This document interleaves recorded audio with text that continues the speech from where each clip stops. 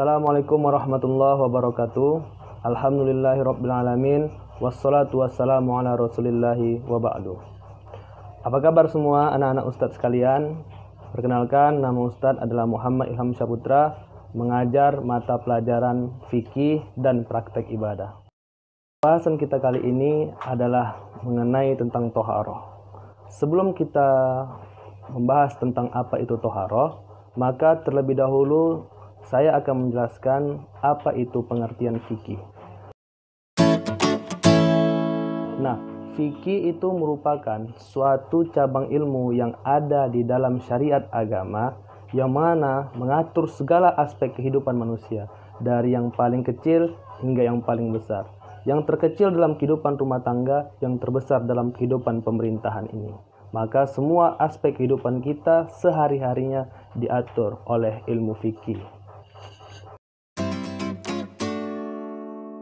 Baiklah, kita akan memasuki pembahasan tentang toharoh.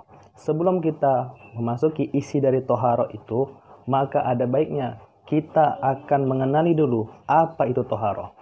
Nah, dari sisi pengertian, toharoh itu ada dua segi. Yang pertama dari segi istilah dan kedua dari segi bahasa. Maka yang pertama dari segi bahasa dulu. Dari segi bahasa, toharoh itu berasal dari bahasa Arab, yaitu an-nazofah, yang artinya kebersihan. Maka nanti anak-anak Ustadz bisa lihat sendiri di dinding-dinding sekolah kita ada bacaannya an-nazofatu minal iman, yaitu artinya kebersihan bagian dari iman. Dan kedua, dari segi istilah.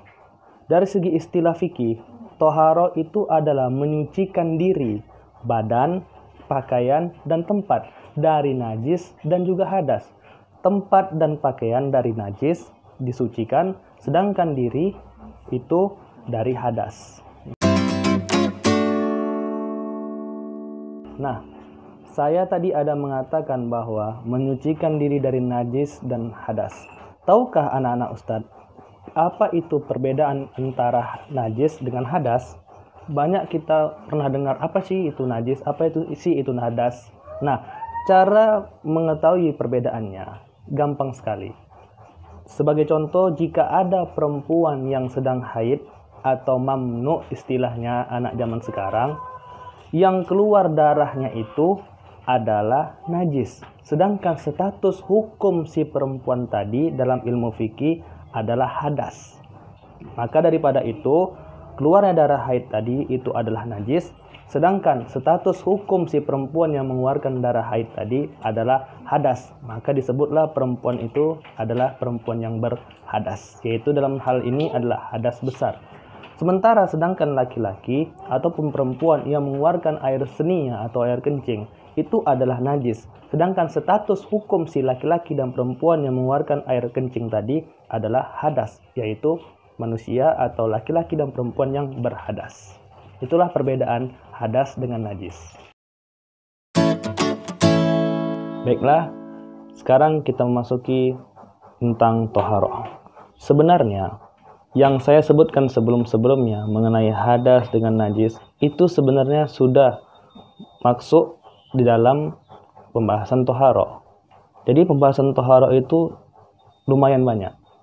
Yang pertama itu adalah hadas yang saya sebutkan tadi juga dengan najisnya. Yang ketiga adalah tentang wudhu. Keempat tayamum. Kelima mandi janabah. Yang keenam pembahasan tentang haid. Yang ketujuh tentang macam-macam air. Jadi banyak semuanya. Jadi pembahasan-pembahasan yang akan kita bahas nanti itu semua termasuk di dalam toharoh, yaitu pembahasan toharoh yang kita bahas ini. Maka pembahasan toharoh kita ke depannya adalah membahas tentang hadas, najis, wudhu, keempat tayamum, kelima mandi janabah, yang keenam pembahasan tentang haid, yang ketujuh tentang macam-macam air. Baiklah, sampai di sini dulu pembahasan kita mengenai tentang toharoh.